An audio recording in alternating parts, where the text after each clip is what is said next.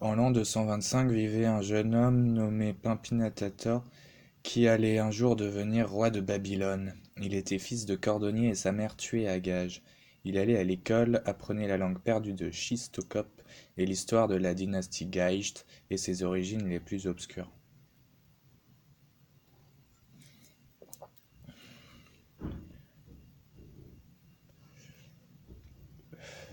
Il fumait l'herbe de l'ancien continent et fréquentait les temples énéens.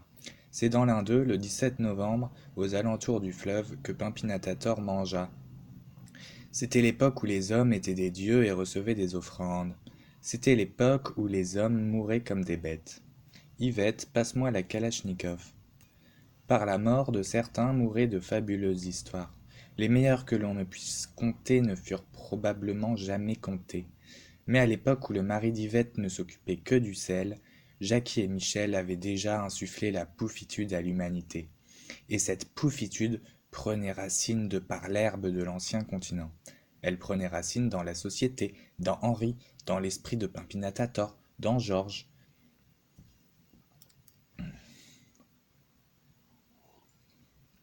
Et Jackie était encore en vie, et Michel l'extraterrestre était encore en vie.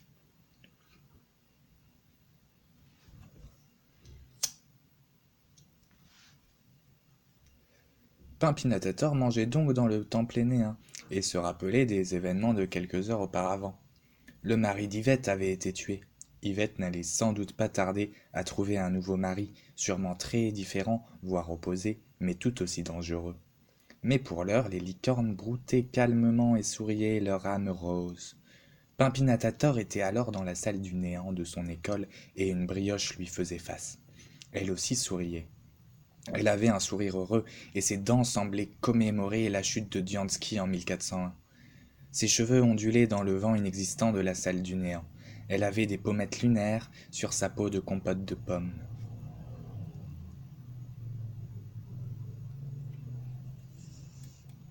Le temple venait de fermer et Pimpinatator finissait son kebab dehors, assis sur un banc, contemplant les étoiles de Babylone.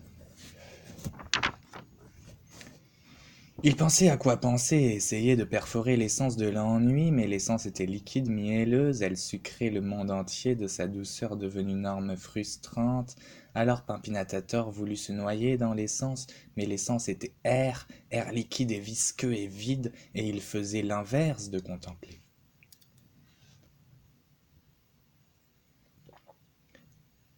Sa frustration atteignit les rives d'Isukrul où l'attendaient un boa et un fruit sec.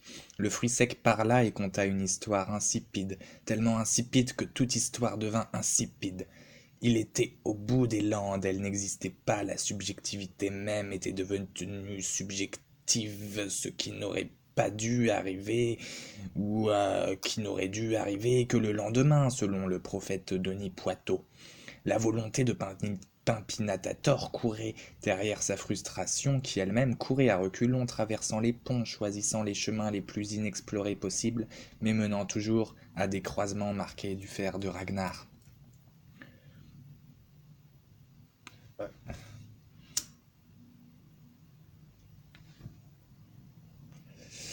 Et le monde reculait et avançait en même temps en expansion contractuelle, si bien que le comité des explorateurs essentiels de la garde de Ragnar croisa Pimpinatator à un croisement déjà exploré par eux-mêmes, mais n'appartenant à personne, ni au chemin, ni à Ragnar, ni au roi, ni aux vipères, ni à Pimpinatator. Les explorateurs tombèrent d'absurdité, désenchantés, fixant l'air liquide entre chaque brin d'herbe. La suite était inconcevable, mais leur désir de la concevoir subjuguait la lune et les papillons, tordant le cou à tous ceux qui étaient là, épiant la venue d'un ami de longue date, d'une brioche sur qui compter, mais ils ne trouvèrent qu'eux-mêmes, vides, dégueulant l'air liquide, crachant l'huile dans l'huile, contractant l'envie et chaque petite pastille qui justifie l'échec de personne, ni de la volonté, ni des rossignols, ni de Pimpinatator, mais l'échec quand même, ni de la volonté, ni de la brioche, ni du roi ou des macaques. Sa frustration alla jusqu'à réveiller le roi de Plasphonie.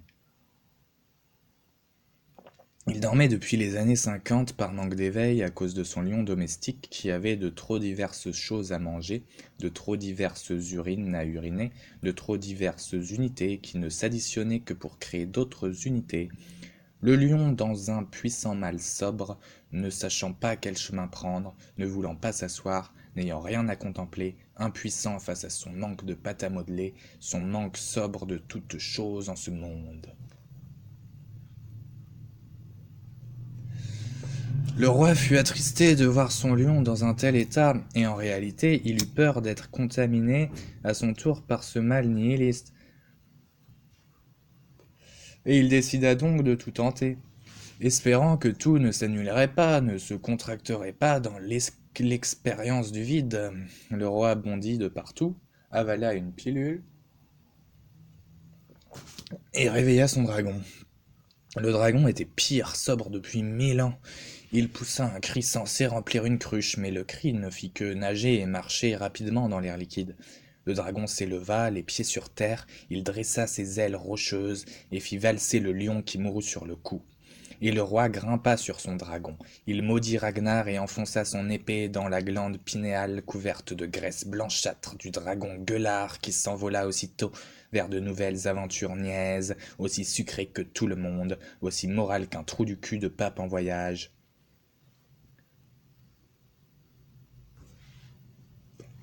Le vent sifflait et fatiguait le dragon bleu mûr, suant de charbon et d'étoiles lumineuses. Et la tension entre les nuages et le sol avait l'air nulle, mais la tension n'était nulle que lorsqu'elle n'en avait pas l'air, jouant avec la frustration comme un psychopathe enlève un à un les membres sanguillonnants d'un enfant en bas âge. Le dragon fondit sur les sbires de Ragnar, et sur Pimpinatator, et sur les brins d'herbe et les gens médusés et blasés par l'attente qui n'était attente que pour se justifier de n'être rien. Et le dragon ouvrit une gueule immense aux dents bien rangées, brossée de la veille et blanche comme une tondeuse à gazon de la marque Sony. Le feu de l'enfer sortit de la gorge profonde du reptile, prostré et franc, et le feu passa sur les individus comme passe un songe oublié, comme si les dragons n'existaient pas, comme si l'amour n'existait pas, comme s'il fallait rendre des comptes de son existence à cause du premier mot qu'on a formulé, de la première gerbe et de la dernière, et même du vide que l'on doit payer avec plus de vide, d'histoires insipides qui assèchent la langue, qui font bad-tripper comme aucun inverse ne le ferait, ni celui de la brioche, ni celui des nuages, ni celui des moussons, ni celui des gâteaux aux prunes mûres et conservées dans du sucre, toujours le même sucre vivant et mendiant, un peu de café et d'heureuses coïncidences. Le dragon fut médusé par la tiédeur printanière de son souffle ardent, et son corps retomba dans un grand fracas qui ne fit peur à personne, pas même à Félix, un cascadeur péruvien qui regardait derrière les évidences et qui y trouvait quantité de choses absurdes et non quantifiables, comme du lait de fraise qui n'était bon qu'avant la première gorgée et qui ensuite était une torture telle que chaque seconde qui passait semblait durer une seconde exactement, sans aucune surprise, comme si la frustration n'était pas une combinaison ni de l'espoir, ni du désespoir, ni même de Marx ou de Pimpinatator.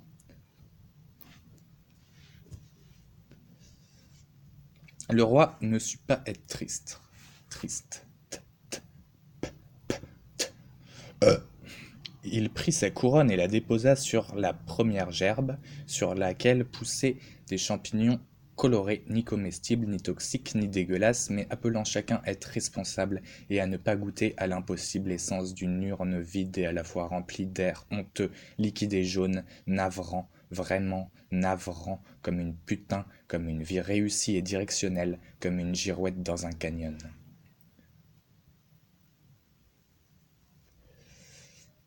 Et pendant ce temps-là, Poulopote naviguait sur des eaux très claires, trop claires même, si bien que le sable lui-même en devenait transparent, si bien que même le poulpe géant posé au fond semblait une tour de verre invisible, dans lequel des poissons en bouillie et des sorciers aguerris transitaient dans les boyaux du monstre, comme dans une rame de métro suante et luisante de bile, un samedi midi en plein été festif, empli de ploucs pissant sur les barreaux argentés, vomissant sur les strapontins en vieille mousse rigidifiée par les centaines d'années de sédiments et de carcasses de crevettes. Dans ce métro, Bill Clinton traversait New York, la main sur la barre argentée, malmenée par les mouvements brusques du wagon sur la voie rouillée, malmenée par la drogue coulant dans ses veines. À une constante près, Bill Clinton s'était trompé de chemin. Il devint président des États-Unis d'Amérique, élu par une masse de gauchistes drogués et fous, dansant sur du rock portugais de piètre qualité. La seule constante qui entrait dans les limbes ténébreuses du pouvoir, subsistant à l'équation dilapidée par les francs-maçons et les normes pesant sur les petites et moyennes entreprises, c'était que Bill Clinton était un pervers, un cocktail entre les esprits pervers de Donald Trump et de Gérard Collomb. Le Bill Clinton ayant pris le bon chemin était celui transitant dans les intestins du poulpe géant, observant par les vitres du métro le ciel translucide au-dessus de la chair tendre du monstre, observant le navire de Poulopote traversant le ciel lentement, glissant sur les eaux silencieusement, dirigé par les esclaves en sueur, hissant les voiles et suant dans la fraîcheur de cette nuit d'hiver. Il arriva sur une île peuplée d'indigènes à poil. L'un d'eux, Gourou, se révéla être un puits de savoir d'une jeunesse déconcertante. Il me fit découvrir les marais dans lesquels des glouglous à plumes chantaient des chansons pop démodées. Il m'expliqua que dans les temps anciens et obscurs, une boîte de nuit se trouvait là, et que depuis tous les glouglous du coin se mettaient à chanter les mêmes chansons pop des temps anciens, le vendredi et samedi soir à partir de 23h. Je découvre chaque jour de nouvelles espèces, de nouvelles coutumes, de nouvelles anecdotes historiques du coin. J'ai débuté les démarches pour obtenir les papiers nécessaires afin de rester là ici quelques semaines de plus. Gourou m'aidant à identifier les différentes informations que j'avais à remplir sur les nombreux formulaires destinés à l'administration de l'île. J'ai aussi dû renouveler l'assurance du navire qui touchait à sa date de péremption. J'aurai d'ailleurs besoin de mon numéro de sécurité sociale qui devrait se trouver sur ma table de nuit, gravé au fer rouge par Ragnar lui-même et son dragon Claude. J'allais oublier. Comment va Claude? J'espère qu'il est très heureux, ainsi que vous, ma petite famille adorée. Vous me manquez énormément, si bien que mon nombril commence à vouloir foutre le camp d'ici, mais la tâche qu'il me reste à effectuer est immense, et l'avenir de notre race en dépend. Nous sommes consanguins, petite famille, nos valeurs sont universelles. Mais ici, j'ai trouvé le bout de l'univers et je ramènerai du café à la maison, si bien que nous serons riches avant même que mon navire accoste dans vos eaux troublées de suie et de cadavres rongés par les poissons gris et rêches. Bien à vous, Poulopote. 27 janvier 1540, Patagonie. Cher Poulopote, Claude va bien, il a eu une petite fièvre, mais le chaman l'a tiré d'affaire assez aisément. Ton petit Tony a perdu 3 dents de lait en se prenant le retour d'une balançoire dans la mâchoire. Il n'a pas pleuré, digne de son grand-père résistant torturé à mort, mutilé pendant de longues heures, ne trahissant jamais la sainte personne de notre roi Ragnar, gloire à sa bonté.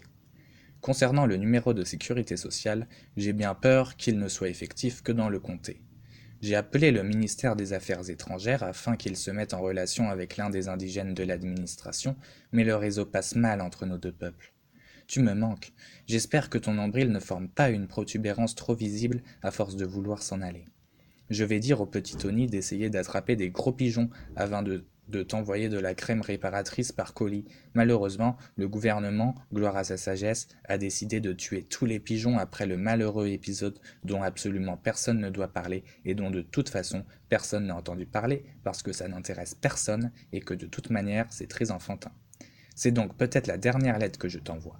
Je n'ai pu faire que 3 copies. J'espère fortement que l'un d'entre eux survivra à la traversée. Bien à vous, Eina. Bill Clinton était rentré chez lui et il se faisait cuire une boîte de cassoulet qui était restée au fond d'un placard depuis très longtemps. La nuit tombait depuis une semaine déjà, et Bill Clinton était resté avachi sur son canapé à regarder la télé qui diffusait plus de publicité que la publicité même, créant un paradoxe spatio-temporel qui n'était pas si original que ça quand on vivait dans les entrailles de poulpes géants. Ce jour-là, le canapé de Bill Clinton se mit à parler. Il prétendait être le porte-parole de Dieu absolu et garanti à vie, procréateur de toutes choses et de toutes non-choses, respirant l'éther et l'indice de réflexion inférieur à 1. Pendant que Bill Clinton mangeait du poulpe géant, le poulpe géant sentit une douleur vive à la tentacule 7. Du sang transparent se répandit dans l'eau, créant des effets de miroir, enflammant la barque sur laquelle Gourou pêchait le poulpe géant, accompagné de poulopotes qui le poussaient à étendre sa connaissance jusqu'à que des dieux réactionnaires manifestent leur mécontentement, brûlent des barques d'indigènes et de réfugiés climatiques déjà morts de faim. Le feu se répandit sur l'île et tous les indigènes brûlaient, criant si fort que le grand Ragnar, loué soit son énorme pénis, fut réveillé de sa sieste bicentenaire, et il se mit en colère et enfourcha son dragon, puis il traversa l'océan de moins en moins opaque, tirant à l'arbalète sur les gros pigeons d'Eina transportant de la crème réparatrice. Un des pigeons mordit le dragon à la nuque et du sang vert goutta dans l'eau, maintenant parfaitement transparente, si bien que tous les poulpes revêtirent une tunique verdâtre et se manifestèrent aux yeux des monstres des abysses qui les massacrèrent tous et toutes. Quand Poulopode se réveilla, tous ses papiers avaient brûlé. Il était étendu à demi conscient sur ce qu'il restait de sa barque. Le corps de Gourou commençait à pourrir et l'odeur nauséabonde attirait les papillons et les chatons de plage qui léchaient la face calcinée de l'indigène comme un enfant léchant les cailloux à la pause déjeuner entre deux conceptions de tondeuse à gazon de la marque Sony. Poulopot releva la tête et se rendit compte que toute l'île n'était plus qu'un vaste tas de cendres et de charbon. L'eau aux alentours était noire de ces cendres et du sang des indigènes répandus dans l'eau, coagulant dans le sable et jonchant les rues suintantes de cadavres gros, gras et fumants. Certains indigènes brûlaient